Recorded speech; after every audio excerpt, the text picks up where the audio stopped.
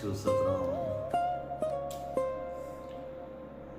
हाजिर सूप से साधराम साहब के चरणों में प्रणाम। आज मैं आपको विक्रमादित्य जो बहुत बड़े राजा थे और अपने राज्य में उनका बहुत बड़ा प्रभाव था। सभी के साथ में न्याय करना, सभी के साथ में प्यार मोहब्बत से चलना, सभी चीजें राज्य बहुत अच्छे ढंग से चलाया विक्रमादित्य ने, जिसका कोई भी उदाहरण आज हम नहीं दे सकते कि विक्रमादित्य क्या चीज थी। और एक दिन राजा विक्रमादित्य के मन में एक सवाल आया कि मैं यहाँ का राजा बना तो कैसे बना। पूर्व जन्म में मेरे क्या कर्म रहे होंगे, मैंने कौन से अच्छे काम किए होंगे, मैंने क्या ऐसा किया होगा जिसमें मेरे को भगवान ने इतना बड़ा राज्य में राजा बना के इतना सुख दे दिया है, जिसका मैं हकदार कैसे बना। दुनिया में सब इंसान घूमते रहते हैं, फिरते रहते हैं, कुछ नहीं होता। और आज मुझे जो कुछ दिया है मैं उसका अनुभव करना चाहता हूँ, मैं उसका पता करना चाहता हूँ मुझे मिला कैसे।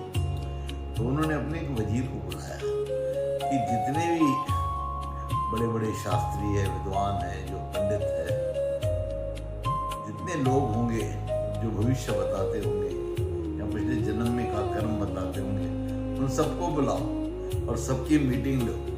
जो मुझे बताएगा कि पिछले जन्म में मैं ऐसा काम किया था मैंने, तो मैं उसे बहुत बड़ा इनाम दूंगा। ऐलान कर दिया। सभी जगहों इनके जो थे वजीर ने आदमी भेजा, जहाँ जहाँ से जो पंडित आते थे उनको बुलाया गया, उनसे पूछा गया। किसी ने बोला कि आपने ये दान किया होगा, किसी ने बोला आपने ऐसे गरीबों का दिया होगा। जो मन में उनके भावनाएं थी अपनी भावनाएं व्यक्त करते रहे। करते करते करते राजा के मन को संतुष्टि नहीं हुई। ये जो बता रहे ये कोई ऐसी चीज नहीं है जिसकी वजह से मैं राजा बन सकता हूँ। उसने अपने वजीर को बोला कि मेरे को 8 दिन के अंदर अगर से तुमने ये पता करके नहीं दिया तो मैं तुम्हारा सर कलम कर दूंगा। और बेचारा वजीर परेशान, रात को नींद नहीं आती थी, इतना परेशान क्या करूँ। इतने तो लोगों को मैंने सामने लाया, मैं तो कोई पंडित नहीं हूँ जो बता सकता हूँ, मैं कोई ऐसा ज्ञानी नहीं हूँ। उसके घर में लड़की थी, वो देख रही थी पिताजी को। आप बोले परेशान है? हाँ बेटा, बोले परेशान हूँ। बोले बताओ क्या परेशानी है? बोले तेरे बताने के लिए कोई चीज़ नहीं है, तो वो भी बहुत छोटी है। इन्हें बोले मेरे को बताओ, मैं उसका हल निकाल के दूँगी। तो बहुत जिद करने के बाद में उस वजीर ने कहा कि राजा ने अपने भविष्य का पता लगाने के लिए बहुत सारे संत महापुरुष सब कुछ बुलाया है, और कोई भी राजा को ऐसा कोई जवाब नहीं दे पाया जिसमें राजा संतुष्ट हो। अब क्या है, मेरे को भी 8 दिन का टाइम दिया था, पर आज मेरा 8 दिन खत्म होने वाला है। कल मेरा भी सर खत्म कर देगी। बस बोले छोटी सी बात, चलो बोले राजा को मैं जवाब दूंगी। अरे तुम कैसे जवाब दोगी? इतने बड़े बड़े महापुरुष आए, सब कुछ आए, किसी ने कुछ नहीं बता पाया, तुम कैसे बोलोगे? ना मैं बताती हूँ, चलो आप। गया अपनी लड़की को लेके, राजा के दरबार सजी हुई थी। राजा ने पूछा बेटा बताओ। वजीर ने बोला कि मैंने अपनी बेटी को लाया है, आपको ये बताएगी कि आपका भविष्य क्या है। अच्छा, ये छोटी सी बच्ची मेरे को बताएगी? हाँ बोले बताएगी। तो उस राजा ने पूछा क्या बेटी तुम बता सकती हो? बोले हाँ बोले बता सकती हूँ। तो बोले क्या बात है मेरे को बताइए। तो राजा आप यहाँ से फलाने जंगल में जाओ, वहाँ पे एक आदमी आपको मिलेगा जो आपको बताएगा कि आपने पिछले कर्म में क्या किया था, उसमें आपको संतुष्टि होगी। आदमी वहाँ पे जंगल में अकेला बैठा होगा और आपको मिलेगा। राजा चल पड़ा। तो आगे आगे गया तो एक जंगल में बरोबर एक आदमी मट्टी खा रहा था। ये बोले उसको देखा विक्रमादित्य, आओ राजन बोले, आओ तुम जो पूछने आए हो, जो सवाल पूछने आए हो, उसका जवाब सामने वाले दूसरे जंगल में एक कुएं पे पानी भरता होगा, वो जवाब आपको देगा। राजा को विश्वास आया, इसको कहाँ से मालूम पड़ेगा कि मेरा जवाब क्या है, मेरा सवाल क्या है। तुमने बताया जो तुम जवाब पूछना चाहते हो उसके आगे में जाओ, आगे में कुएं पे आदमी मिलेगा जो पानी भरता होगा, उसके बाद आपका जवाब है। राजा गया शौक से, बोले जो बात लड़की ने बोला था आदमी तो मिला और वही बताया भी वही। फिर आगे के कुएं पे गया तो आगे कुएं पे पानी भर रहा था। पानी जब बाल्टी से ऊपर निकाल रहा था रस्सी से, तो बाल्टी खाली हो जाती थी, ऊपर पानी आता ही नहीं था, प्यासा का प्यासा रह जाता था। कितने बार उसने करके देखा, तो उसका पानी से प्यास बुझ नहीं रही थी, हमेशा रस्सी छूट जाती थी। तो राजा ने देखते देखते हैरान हो गया, बोले बाल्टी भी भरती है, सब कुछ होता है, फिर भी पानी इसको पीने को नहीं मिलता है। तो राजा ने पूछा आप कौन हो? बोले राजा आप आए हो जिसके लिए मेरे पास, आपको एक आदमी ने भेजा है, जो उन्होंने मेरे पास भेजा है, और इसका जवाब मेरे पास नहीं है। आप आगे जाओगे, आपको आगे घर में, पुराने घर में जाओ, वहाँ पे एक बालक पैदा होने वाला है। वो बालक जैसा पैदा होगा, वो बालक आपको जवाब देगा, और वो ज़्यादा दिन जिंदा भी रहने वाला नहीं है।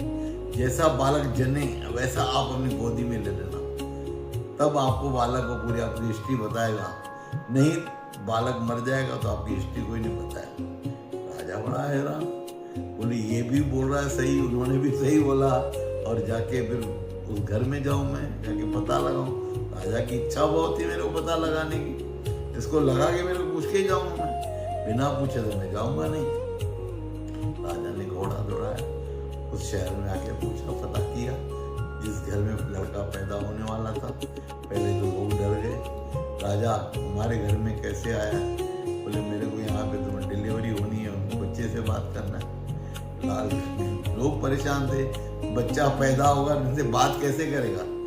आज का बच्चा पैदा हुआ है, बात करेगा, और इन्होंने बोले बात करना है। सभी लोग सोच में पड़ गए, सभी लोग परेशान हो गए।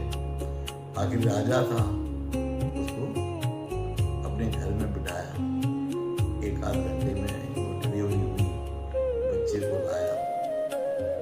लाया तो बच्चे को गोद में बिठाया। तो बच्चे से पूछा बताइए, बोले राजन सुन लो, तुम जो सवाल पूछने आए हो, तो पिछले जन्म में हम 4 जो थे साधु थे, 4 लोग साधु थे, अकाल पड़ा हुआ था, खाने को कुछ नहीं था, तो चारों साधु के पास एक ने सिर्फ बड़ी मुश्किल से 4 रोटी लाके दिया था। उसने में एक भिखारी आया, भिखारी ने कहा कि मैं बहुत भूखा हूँ, मुझे अगर रोटी खिलाओगे तो मैं जिंदा रहूंगा, नहीं तो मर जाऊंगा। तो एक ने क्या बोला, तेरे को रोटी खिलाऊंगा तो मैं क्या मट्टी खाऊंगा? जो मट्टी खाने की बात कही वो मट्टी खा रहा था, वहां आप जो मिले थे मट्टी, आज तक मट्टी खा रहा था। दूसरे के पास गया तो बोले रोटी नहीं खिला तो पानी तो पिला दो। तो उसने पानी भी आपको नहीं पिलाया। तो तेरे को पानी पिलाऊंगा तो मैं क्या पैसा मर जाऊंगा? जब तीसरे के पास गया तो उसने कुछ और बोल दिया कि मेरे पास तो कुछ भी नहीं है, मैं तेरे को क्या दूंगा?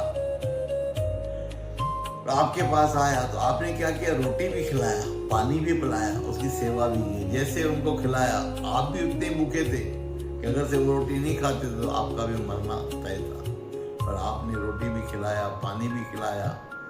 उस समय आपका जो था स्वाद छूट गया, वो सेवा करते हुए उसका फल जो मिला है, आप राजा बने हुए। और वो जो जिन्होंने नहीं खिलाया फकीर को,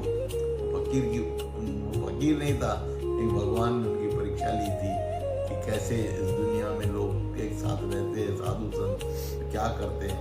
परीक्षा में फेल हो गए, आप पास हो गए, इसके लिए आपको आज इतना बड़ा राजपाट मिला है। वो पुण्य उसी समय की थी, और मैं भी आपके साथ था उस समय, मैंने भी नहीं खिलाया, तो मेरे को भी जो जन्म मिला है सिर्फ आपको ये बताने के लिए मिला है कि आपके जीवन में राजपाट कैसे मिला। अभी मेरा भी अंत हो रहा है। आपको मैं प्रणाम करता हूँ। आप राजा हो, राजा बन के हमारे आए हो, दर्शन हुए मेरे भी आपके, बहुत बहुत धन्यवाद। सच्चो सतराम। ऐसे जो राजा थे, इन राजाओं के कर्म को हर इंसान ने याद करना चाहिए कि जीवन में अगर से किसी का भला कर सकते हो तो कोई भी जन्म में अपने को भगवान इतना कुछ देगा कि हम दुनिया का भला कर सकते हैं।